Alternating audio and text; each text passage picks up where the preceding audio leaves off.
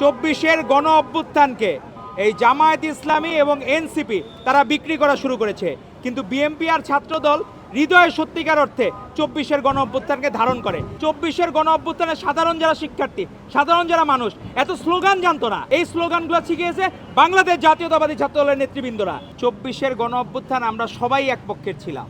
আমরা টোটাল ফ্যাসিবাদ বিরোধী আন্দোলনে আপনার সাংবাদিক বন্ধুরা পাশে ছিলেন বলেই আমরা সফলতা অর্জন করেছি এবং ফ্যাসিস্ট হাসিনাকে বাংলাদেশ থেকে বিতাড়িত করে পেরেছি।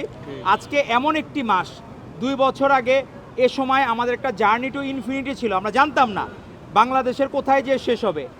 আমরা দেখলাম যে কখনোই আমরা আমাদের নিজেদের দায়িত্ব মনে করেছি বাংলাদেশের জনগণের সাথে থাকা, বাংলাদেশের মানুষের পাশে থাকা। আমাদের মাননীয় প্রধানমন্ত্রী জনাব তারেক রহমান, ওনার নেতৃত্বে এই আন্দোলন সুসংগঠিত হয়েছে এবং সাবেক প্রধানমন্ত্রী বেগম খালেদা জিয়া উনি কোনোদিন আপোষ করেন নাই।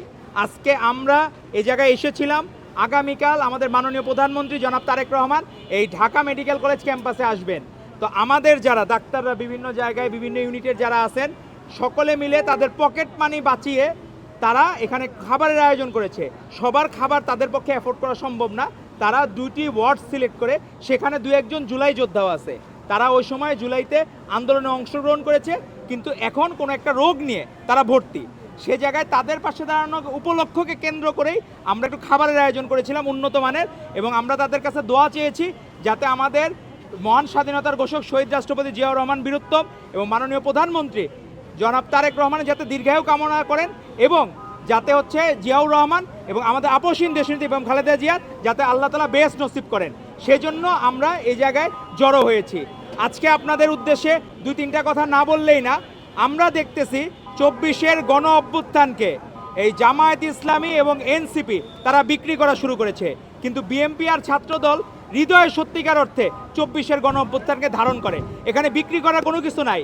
আপনি দেখেন এই বাজেটে এ ক্যাটাগরির যারা জুলাই যোদ্ধা তাদের জন্য 20,000 টাকা, বি ক্যাটাগরির জন্য 15,000 টাকা, সি ক্যাটাগরির জন্য 10,000 টাকা, এইভাবে এদেরকে প্যাট্রোনাইজ করা হচ্ছে এবং দেশপ্রেমিক যারা প্রত্যেকেই এদের পক্ষে আছেন। 24-এর গণ অভ্যুত্থানে যারা বিভিন্নভাবে আহত হয়েছেন, শহীদ হয়েছেন, তাদের জন্য সকলেই কাজ করছে যে যার জায়গা থেকে, কাউকে বলা লাগে নাই। আমাদের সে সময় 24-এর গণ অভ্যুত্থানে সাধারণ যারা শিক্ষার্থী, সাধারণ যারা মানুষ এত স্লোগান জানতো না, এই স্লোগানগুলো শিখিয়েছে কারা?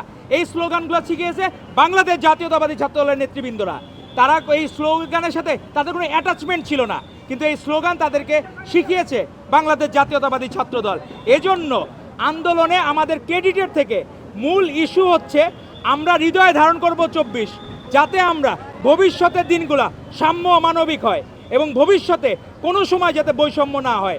আপনাদের সকলের মাধ্যমে বাংলাদেশের জনগণের কাছে আমরা অনুরোধ করব এই 24-এর গণ অভ্যুত্থানে যারা আহত হয়েছে, শহীদ হয়, তাদের পরিবারের পাশে আমাদের মাননীয় প্রধানমন্ত্রী জনাব তারেক রহমান যেভাবে দাঁড়াচ্ছেন আপনারাও দয়া করে দাঁড়াবেন।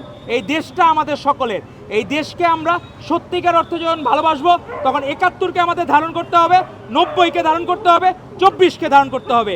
এই 3টা বড় ইভেন্ট আমাদের অস্তিত্বের অংশ এবং এখানে যারা ন্যূনতম ক্ষতিগ্রস্ত হয়েছে তাদেরকে আমরা আমাদের নিজেদের অসুস্থ ভাই বোনকে যেভাবে সেবা করা দরকার আমরা ঠিক তাদেরকে সেভাবেই সেবা করব এবং তাদের জন্য আমরা এগিয়ে আসব। এটাই হোক আমাদের চেতনা। আর আগামীকাল মাননীয় প্রধানমন্ত্রী আসবেন ঢাকা মেডিকেল কলেজ ক্যাম্পাসে। আমরা আশা করব তার এই আগমনের মধ্য দিয়ে সারা বাংলাদেশের মেডিকেল সেক্টরের জন্য নবদিগন্ত উন্মোচিত হবে।